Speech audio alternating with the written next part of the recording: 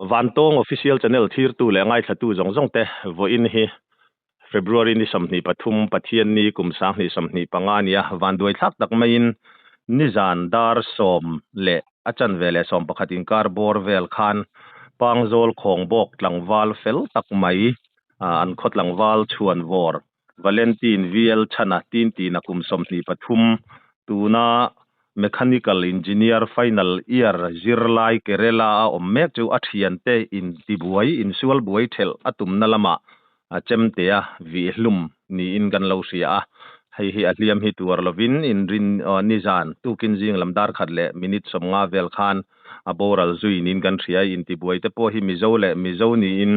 thu kan donga heti lai hian thu chiang zok mi puita narin tlak zok puanzar kan du'a thil khen dan chip chiar zok le chiang zok a hreturin tuna hian pangzol khongbok branch uaime secretary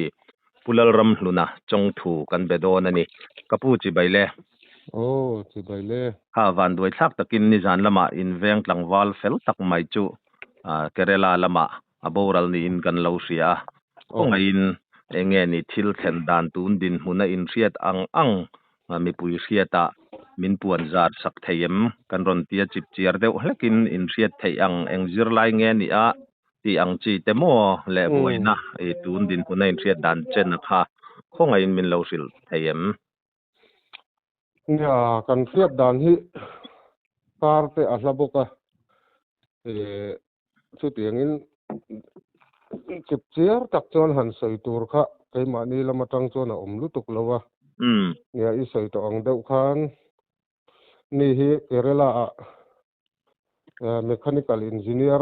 hi azira hei azo tun kum oga sa hian a ron chuak dona chu tiang ang chu ani a thiante in ti buai an va thelna lama khan engtina mo anin bak kai chho kual velani ama hi atira in ti buaina lama hi na tel ni lovin a thel tu lam pangjok kha an ni a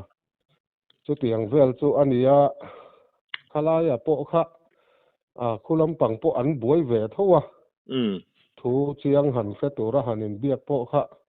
a buai thak na chen kha tun din huna chona la om ve dewa thui tak kha kan sei thei lo ani chu thi ina ti chuan ya khatia kut an tuar kha mun ni a hian an vita chu reilu tuk po hi adam po ina lang lo mo doctor te khanin achua pa hian thiatling na sa to lutuka chan ngai na lo ni an ron tia te ke ma hi apute a thau kania ani mo tin apute a thau hi kania chu abo ralti kan fiat ma hian kan khotlang lama kan tho pui thau kan vi si hian in min ron thila zandar khat ala rilo deuh mai thea min ron phone lai khan chuan katlan thangala an in ka juk thlenga minute nga vel kan om tia khan tin u nu pui hian kerala lam pangkha azuk de popa chu tiang chuan ni china ka soyang khan achua pa hian thiatling na salu tuk to a chu ti ngai na om to lawa he kal ta ni hi chan ngai na om to lawe an ron ti chop chil tamaya chuan ka ho chho le ngala information te kan te kuala ti khan information mai ka te kan awa chu tiang ang vel chu ni zana kan hun man dan tlang pui le khulaya an siat to dan tlang pui chu ani mai an vi na la ya kha tin ngan ron an vi na lai hi a zak hnuai deuh hian veilam mo chu tianga chuan ania chuan a hnute bul hian an vit boka chu tiang chuan mun nia an vit ani chu an vi na chamte akha in han zotem eng tia vel nge alu halai tak kha chu kan la zot thei fi tlat lo ani chu ti chuan a mun a khan aboral zui ngal deuh mai ang enge chan tlak lo khan om ti na khan ye tro ti khan dam doin lama khan an fuaya chuan an huai na ma sa kha adam do in hing po kha ka khe to lem lo wa chumi a chuan ke ni chuan kan en kol thei lo we an tia adam do in lian jok lam an ko mu a chumi lama chuan an tlan ve ngal thowa chuan nia an vi atanga rei vak lo wa chuan a chat thazui chu ni deuh mai ome ani tak chu khalai kha bulun kha itupate an ni le je la pui kan ti hle maya azirna akha enge khoi college nge ti angchi te kha izuk se mai thayem ka khiat pui mi lo khalai kha akhua khai riem azu om na mo ngol te ka van khachi at lo em khalai tak kha ani chuni e khalai kha riat lo ve thei deuh mai tur khani a private nge sarkar tirak zir ama hi mo an hetian private a zir chu ni ani tak chu poi kan ti pui hle mai chawa kha tu na po ni e kerala lam kha indu ang khan in la be pop hlei thei lo tro tu kan zinga kan biak chuan chu a welfare mi zo welfare lampang kha an secretary kha kan belei thei fi lawa an buai nge jing an mua an la har lo deuh nge niang ka helawa phone khan pick up thei lawa ma ro chu ama tin tina buai pui tu ber chu ka be thowa lokina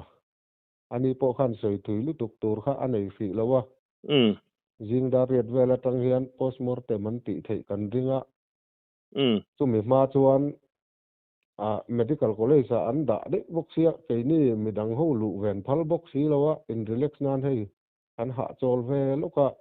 an tia chu mi lai tak chuan kan in bia nga mo thu thara omani chuan kan in fiat tir le don nia an ron tia mo chu tiang chuan tun din hmuna chuan thu kan in thla ri ni chu ani chu ka hrethiame postmortem ten han tianga ron thon ho tur ten an han buai puyanga helai alo chen hun tur po ruwa manna lo la nei lok thei chiam thei po ani ri lo ti na ni chutro la nei thei ri that lo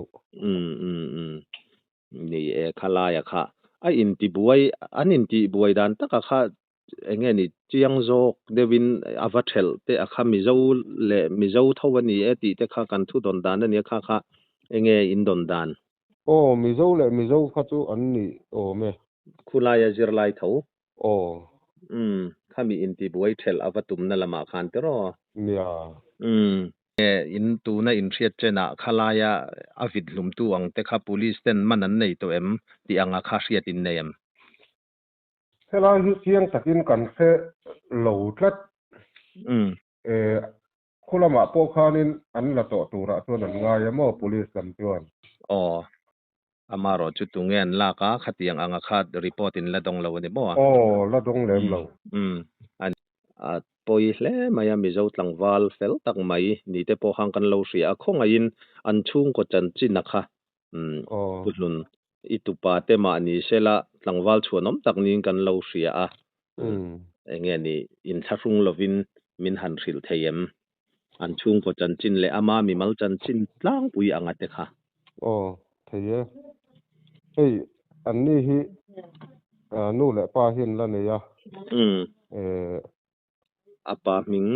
apa hi h mal som pluanga ania anu hi laljam le ni chong thu ania chuan an u nau hi pali mi pa hli ran nia an ni hi pang zol ang point soi tai la ke ma ni veng pi alama pum ruwa po palian pui mai hin nia an u nau ho hi anin kom nge em tin zirna lama te an lo kal tluang boka chu tiang chuan chung kwa po hei thian ang mai in kom tlang thin hi an nia chu tiang ang din mun chu nia an ma ni chung kwa rim hi chu nia an pe ber hi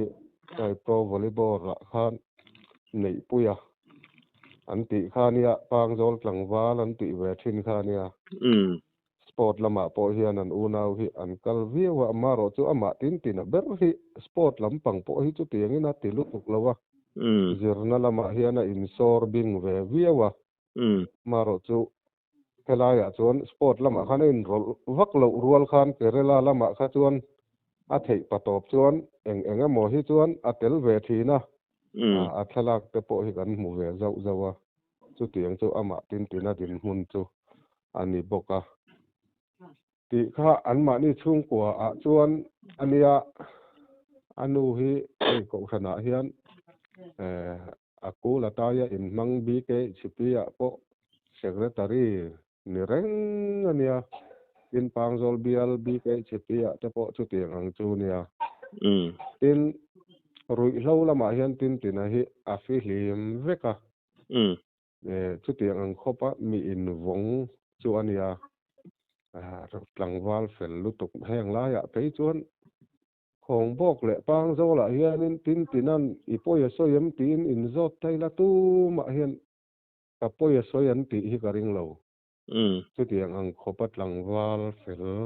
chu ani ve a soito ang khan zirna lama te alo tuya khotlang po hianin kan ngak lel khop maya ai ogas la kha aron chu hun turani to awang khan kan khotlang in engineer kan nei do na tia ril ru kan lo put ve la yania awayme angjong te pon mo atiang ang mi chuan kan nei tur kha kan lo thla hlel ve khop maya maro chu beise lo ang te thil tian chunga lo thleng ta sia ril ru po a om khop mai kha ani don lu zo bel du in kha chuanin an chung ko lampang anga po mo kha ka soi thei chin ni sela nei puya khani e pangzol tlangwal lar tak mai ani azoram mi puina pro volleyball atanga kan lo hriat inga veng spiker kha ani atiro nei puya changchia khami u chia zok an upang ber dot tu ni chu tin a hi ti chuan an ina khan tu nge la khosa in sang chang to te no mem no pui pasal han nei to te anu nawa khan lo we an upa ber hi na thila sonin anu pui nen hianin child development ti lampanga hian anin ka hria an thoka in loin an va ve a maro chu in dang ang khan la ni ta chuang lowa pangzol atanga na thila vakal kha buai thla ke ti thila in an valu sang ve mai khania abak chu nei puya chu zirna awang te po chuan aizol lama hian a oma tin chu kerala lama lo oma tin a u che hi ina hian a oma hi two wheeler workshop an neya chumi en kol tua chuan atanga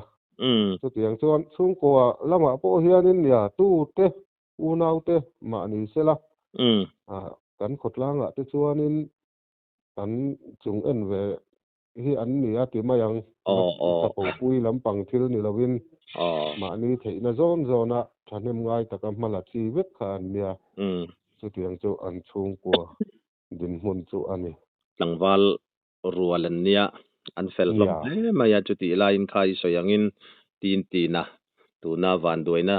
to ka boral ta po ani na taka chuan mizo tlangwal tlom ngai tak mai rui thei thila po fi hlim ti khotlang ina in hriat chian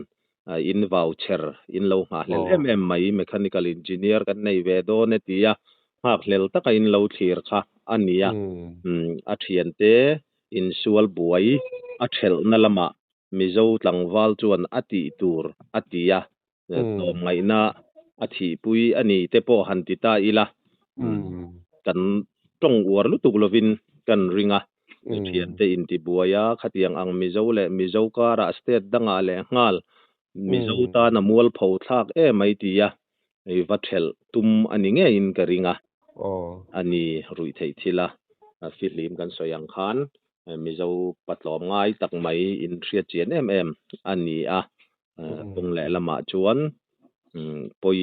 kan ti tak me wa khatiang anga atun la ya chuan ni e buaina in sual buai te an han oma thel mai te po hi thil ngam om hi ani ni to manglo ani ti la ya hi karil ruan hian khop maya Mizoram chung nge ya po hian mo ni di triam kalom sei kenga han chelek mai du doi zep tak tak hi an tam to a phim khur te po ngai hle in ka ria chulai chu karil ruwa alo langa ti khan punun report fel fai thatak mai in min pe a kan lom khop mai a report min pe ka khan soi mai emo ani lo po in kha tin tin na boral na chungchang van doi na in han to a khan engemo han soi le du sim simang chi te ilaneyam nei lutuk lawa maro chu point khat lek kan soyanga ni china nia nang mai na I soyang deuh khan state pona tunlai a chuan mizo te hi kan om darna sa to a India ram pon thleng to po ani a mizo kan ni na zona hian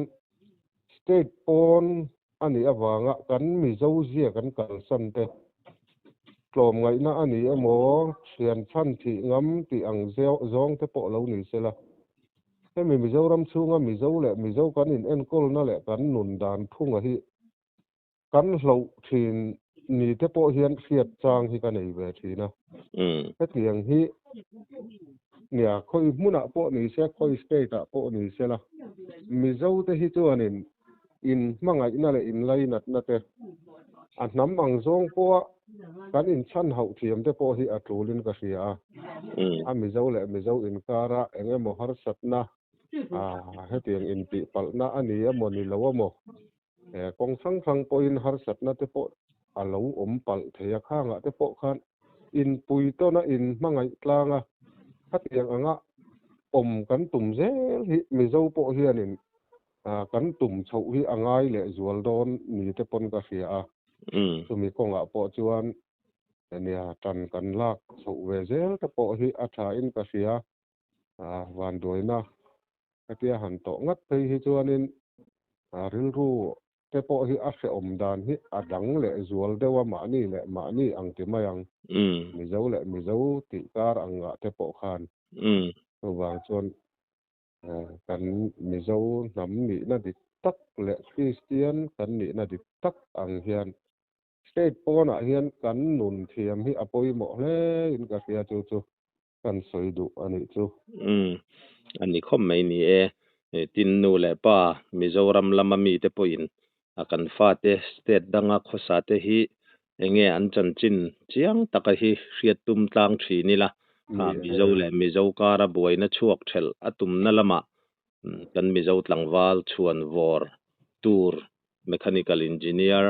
apang zol khotlangwal te 9 voucher an boral ania thinlung takin khotlang in tuar tak meu in uidon ti kan ria van doina chup tok tin tina chung te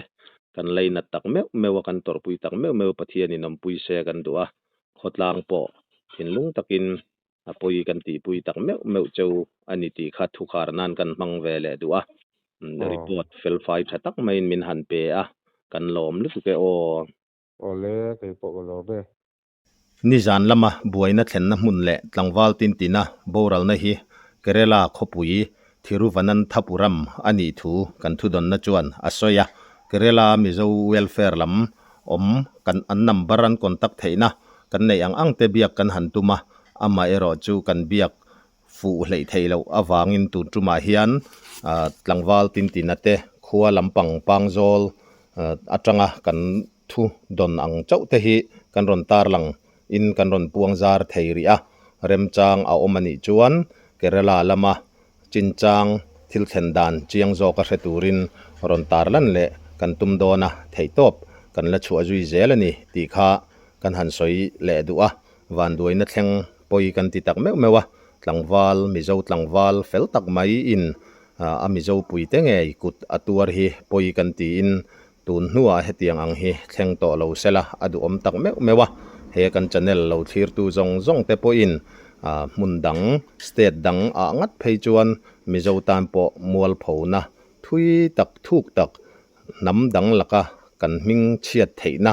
kan ming chiat na ani ti ria helama te po hian kanin zirtir thar kha apoimo tak mewin kan ria chu kan han soinon le du ani van tong official channel min ngai hlut sak tu zong zong te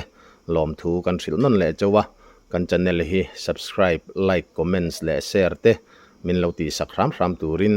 in khongai na kan ngen non le chau ani e